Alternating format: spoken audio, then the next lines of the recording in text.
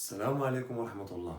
كما شفنا في الفيديو اللي فاتو تذكير على كمية المادة والعلاقات الأساسية بين جميع المقادير الفيزيائية وكمية المادة، العلاقة بين كمية المادة والكتلة، العلاقة بين كمية المادة والتركيز، العلاقة بين كمية المادة والكثافة، العلاقة بين كمية المادة والحجم. يعني كاع تقريبا 5 ديال العلاقات كمية المادة خصنا نكونوا ضابطينهم مزيان باش نحسبوا عدد الجزيئات ولا عدد العناصر البدئية اللي عندنا في العينة اللي بدنا ندخلو في التفاعل. اذا قبل التكلم على التفاعل غادي نهضروا على واحد النوع ديال التفاعلات اللي شفناه في باك 1 اللي هو تفاعلات اكسده اختزال. اهلا بكم في قناه ارم ساينس، معكم رضوان بوجيل. اليوم غنشوفوا تذكير في تفاعلات اكسده اختزال. اذا كيف شفنا الشباب بالنسبه لتفاعلات اكسده اختزال فهي تتعتمد على ان التفاعل يحدث بين مزدوجتين مؤكسد مختزل، بحيث ان المؤكسد هو كل نوع كيميائي قادر على الاكتساب والمختزل هو كل نوع كيميائي قادر على فقدان. دونك هذا المبدا ما نساوش. اذا الا بنا نفعلوا مثلا مؤكسد المزدوجه الاولى مع مختزل المزدوجه الثانيه، الوغ اش بلس فاش تنشوف اش بلس فهو محلول حمض كلوريدريك، يعني اذابه كلورور الهيدروجين اش سي ال في الماء تعطينا اش بلس. الوغ تفاعلات المحلول مع فلز النحاس، كيف سبق لينا وشفنا تفاعل نفس الحمض اللي هو حمض كلوريدريك مع فلز الفضه اجي، دابا بدنا نفعلوه مع فلز النحاس. اذا لقبت دائما محلول حمض كلوريدريك وفعلتيه مع واحد الميتال، يعني مع واحد المعدن مع واحد الفلز معين، فهو يحدث تفاعل اكسده اختزال. اذا لموازنه هذه المعادله كيف شفنا قبل تنوازنوا اول حاجه المعادله من حيث العنصر، عندي جوج ذرات الهيدروجين راه نضرب في جوج. اذا هنا ولاو عندي جوج الشحن موجبه، هنا الشحنه ديالي منعدمه. كيف تنعرفوا باللي دائما الشحن تنوزنهم باضافه عدد معين من الالكترونات. اذا نصف المعادله الاولى فهو التوازن. بالنسبه لنصف المعادله الثانيه كيف تيبان لي هنا ذره واحده ديال الكويفر سي يو يعني النحاس، هنا ذره واحده ديال النحاس يعني العدد اللي مكتوب لتحت هو عدد الذرات، لا مكتوب والو تيعني واحد. كيف تنعرفوا ديما اذا الشحنه الاجماليه هنا زيرو هنا دو بلس باش تنوزنوا الشحن باضافه عدد من الالكترونات.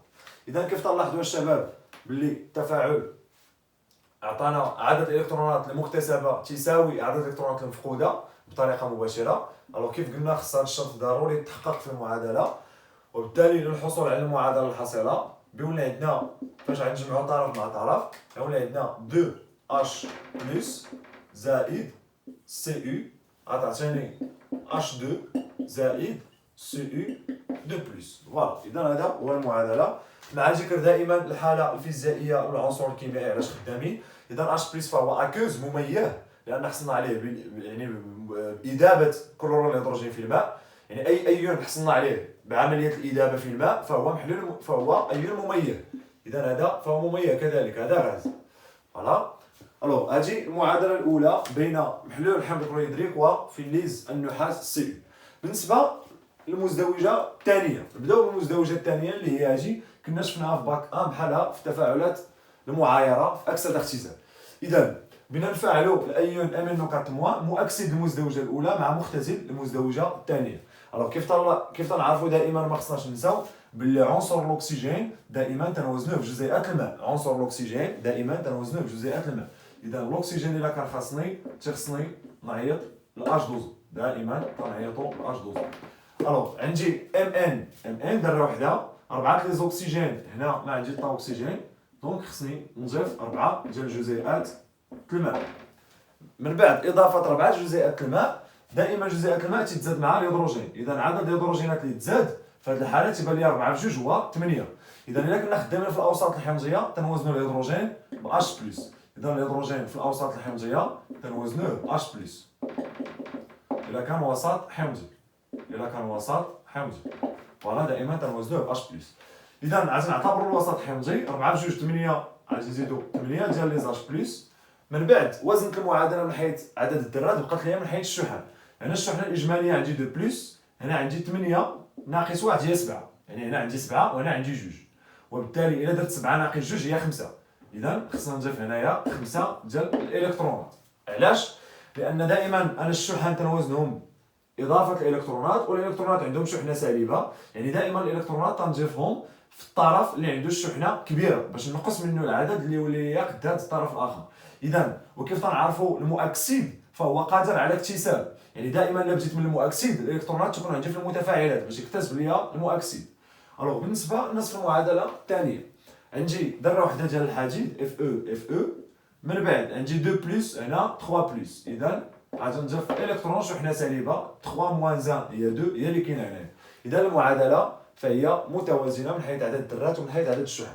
الا بنا المعادله الحاصله قلنا الشرط الاساسي عدد الالكترونات المفقود خصو يساوي عدد الالكترونات المكتسب، يعني ان هذه المعادله هذه كامله غادي نضربها في 5 متفقين باش يولي هنا فقد 5 وهنا اكتسب 5. اذا غنختزل بعدد الالكترونات هو الاول، غتولي عندنا المعادله الحاصله عندي فيها ام ان او 4 موان زائد 8 اش بلس زيدو زائد اف او 2 بلس زائد 8 اش بلس صادون ام ان 2 بلس زائد اف او 3 بلس زائد 4 اش 12. فوالا، اذا المعادله ديالي صبحت على هذا الشكل هذا، وبالتالي هذه هي المعادله الحاصله للتفاعل اكسده اختزال بين الايون ام ان او 4 موان و ايون الحديد اف او 2 بلس. اذا المعادله الحاصله هي هذه. مزيان. الوغ دابا غادي ننطلقوا للمثال الثالث، غادي ندوزو للمثال الثالث ونشوفوا التفاعل بين ثنائي كرومات البوتاسيوم سي ار 2 او سات 2 موان مع ايون يودور البوتاسيوم. اذا كيف تنعرفوا الشباب دائما عاودوا ردوا البال فاش تكون عندي التفاعل خصنا قلنا دائما يعني الاستاذ تحدد لك الحاله الفيزيائيه ديال العنصر. دونك هنا اكوز فاش تنقولوا هذا العنصر فهو اكوز يعني مميز، حصلنا عليه باضافه مركب ايوني في الماء. اذا هذا السي ار 2 او سات 2 موان فهو محلول تنحصلوا عليه باضافه واحد المركب اللي هو سي ار 2 او سات ك 2 تعطينا سي ار 2 او سات 2 موان 2 ك بلس. اذا هذا دائما تكون مع الايون ك بلس كايون متفرج متفقين، حيت هذه المحاليل الايونيه تنحصلوا عليها باضافه مركبات صلبه ايونيه في الماء متفقين. اذا الا بغينا نوازنوا المعادله عندي 7 ديال لي زوكسيجين، هنا اول حاجه ذرات عدد ذرات الكروم هنا 2، هنا ذره وحده ديال الكروم، اذا هنا خصني نضرب في 2 باش يولي عندي 2 ذرات الكروم. من بعد عندي 7 ديال لي زوكسيجين، قلنا الاكسجين دائما تنوزنوه بجزيئات الماء، اذا هنا غادي نضيف 7 ديال جزيئات الماء 7 اش 12. فوالا هنا غنضيف 7 اش 12. من بعد دائما اون فوا تنوزن الاكسجين تتزاد لي الهيدروجين. الا كنت خدام في وسط حمضي قلنا حاليا نخدموا على الاوساط الحمضيه، باقي غادي ندير معكم امثله اخرى في الاوساط القاعديه. اذا هنايا 7 في 2 14 تزاد لي 14 هيدروجين، اذا الهيدروجين في الاوساط الحمضيه تنوزنوه ب اش بلس، دونك غادي نزيد 14 اش بلس. تخي بيان. اذا انصاف المعادلات فهي متوازنه من حيث عدد الذرات في الطرفين. حنا نشوفوا من حيث الشحن. الوغ من حيث الشحن عندي 14 البلس كيف العاده دائما تنحسب الشحنه الاجماليه ديال كل طرف وتنحطها، ودائما الالكترونات تنزيدهم في الطرف اللي عنده الشحنه كبيره. علاش؟ لان الالكترونات عندهم شحنه سالبه، وباش ندير التعادل الكهربائي بين الطرفين خصني نمشي للطرف اللي كبير ونقص منه العدد باش يولي قد الاخر. اذا 14 ناقص 2 غتعطينا 12 في المجموع، وهنا 2 في 3 ما ننساش دائما المعامل غتعطيني 6. اذا الطرف الكبير هو هذا، انا عندي الحق نوازن الشحن باضافه الالكترونات اللي هي عندهم شحنه سالبه، اذا غادي نزيدهم في الطرف الاكبر باش نقص هذا العدد الاكبر يولي قد هذا. اذا شحال بغيت نقص دائما تنقبض الاكبر ونقص منه الاخر، دونك 12 ناقص 6 هي 6، اذا غنزيد 6 ديال الالكترون. ممكن نردوا على شكل المعادله من الدرجه الاولى بطريقه بسيطه، يعني على العموم تحديد الشحن تيبقى يعني ممكن ديروه بكالكول مونطال. اذا بالنسبه لنصف المعادله الثانيه عندي ايون اليودور اي موان تعطيني اي 2، دونك 2 ذرات اليود هنا ذره وحده، اذا غادي نضرب في 2. عدد الشحن هنايا هو 2، هنايا عدد الشحن هو 0، اذا غادي نضيف 2 ديال الالكترونات في الطرف الاخر متفقين. الوغ الشرط الاساسي اللي قلنا خصو يتحقق في المعادله الحاصله خصو يكون عدد الالكترونات المكتسب تساوي عدد الالكترونات المفقود. اذا عدد الالكترونات المكتسب هنا 6 والمفقود هنا هو 2، اذا يجب خصنا نضربو غاد نصف المعادله في 3. 3 في 2 هي 6، اصغر مضاعف مشترك هو 6. اذا تنقلبوا حنايا دائما على الطريقه هي اش، يعني كاين اللي بيقول لك نضرب هذه المعادله في 6 ونضرب هذه المعادله في 2 بيولي 12 صحيح، ولكن بيولي المعاملات الستوكيومتريه ديال التفاعل كبار، خصك في الاخر تعاود تضرب واحد على 2، يعني تقسم ديك المعاملات على 2. دونك من الاول تتقلب على شنو هو اصغر مضاعف مشترك ما بين 6 و 2. دونك الا درتي 3 في 2 غتعطيك 6 هو 3.